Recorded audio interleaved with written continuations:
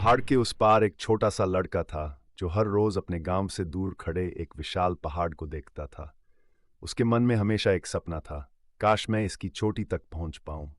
लेकिन गांव के लोग कहते, यह असंभव है, वहां तक कोई नहीं पहुंच सकता। एक सुबह सूरज निकलते ही उसने ठान लिया, अब और इंतजार नहीं। उसने कदम दर कदम पहाड़ चढ़ना शुरू किया। रास्ता आसान नहीं था, पत्थर फिसलन भरे थे, हवा तेज थी और हर मोड़ पर लगता था जैसे अब और नहीं हो पाएगा। लेकिन उसने रुकना नहीं सीखा। हर गिरने के बाद वह उठ खड़ा होता, हर दर्द के बाद मुस्कुराता और एक एक कदम आगे बढ़ता। घंटों की मेहनत के बाद आखिरकार वह चोटी पर पहुंच गया। सामने फंतासी नज़ारा देखकर उसकी आंखों में चमक आ गई। उस दिन उसने समझा, पहाड़ कभी दुश्मन नहीं था, वह तो उसका शिक्षक था, जिसने उसे सिखाया कि चढ़ाई कठिन है लेकिन नज़ारा उसकी कीमत है। कहानी आखिरी वार। एक पुराने समय की बात है। एक योद्धा था जो तलवारबाजी में बहुत माहिर था। गुरुजी, मैं हार मान रहा हूं। मैं कई बार कोशिश कर चुका हूं लेकिन जीत नहीं पा रहा, योद्धा ने हतोत्साहित होकर कहा। गुरु मुस्कुराए और बोले, ठीक है, लेकिन आखिरी बार पूरे दिल से वार करके देखो, गुरु ने प्रोत्साहित करते हुए कहा। योद्धा ने तलवार उठाई, आंखें बंद कीं और पूरी ताकत से वार किया। इस बार उसकी तलवार ने दुश्मन की डाल तोड़ दी और वो जीत गया। गुरु ने कहा, तुम जीत सकते थे, लेकिन हर बार हार मानने की जल्दी कर देते थे।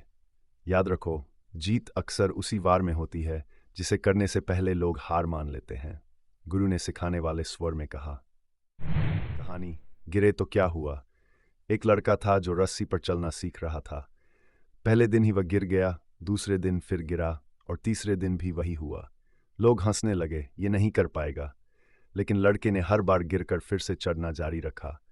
कुछ हफ्तों बाद वही लड़का बिना डरे बिना डगमगाए लंबी रस्सी पर चल रहा था।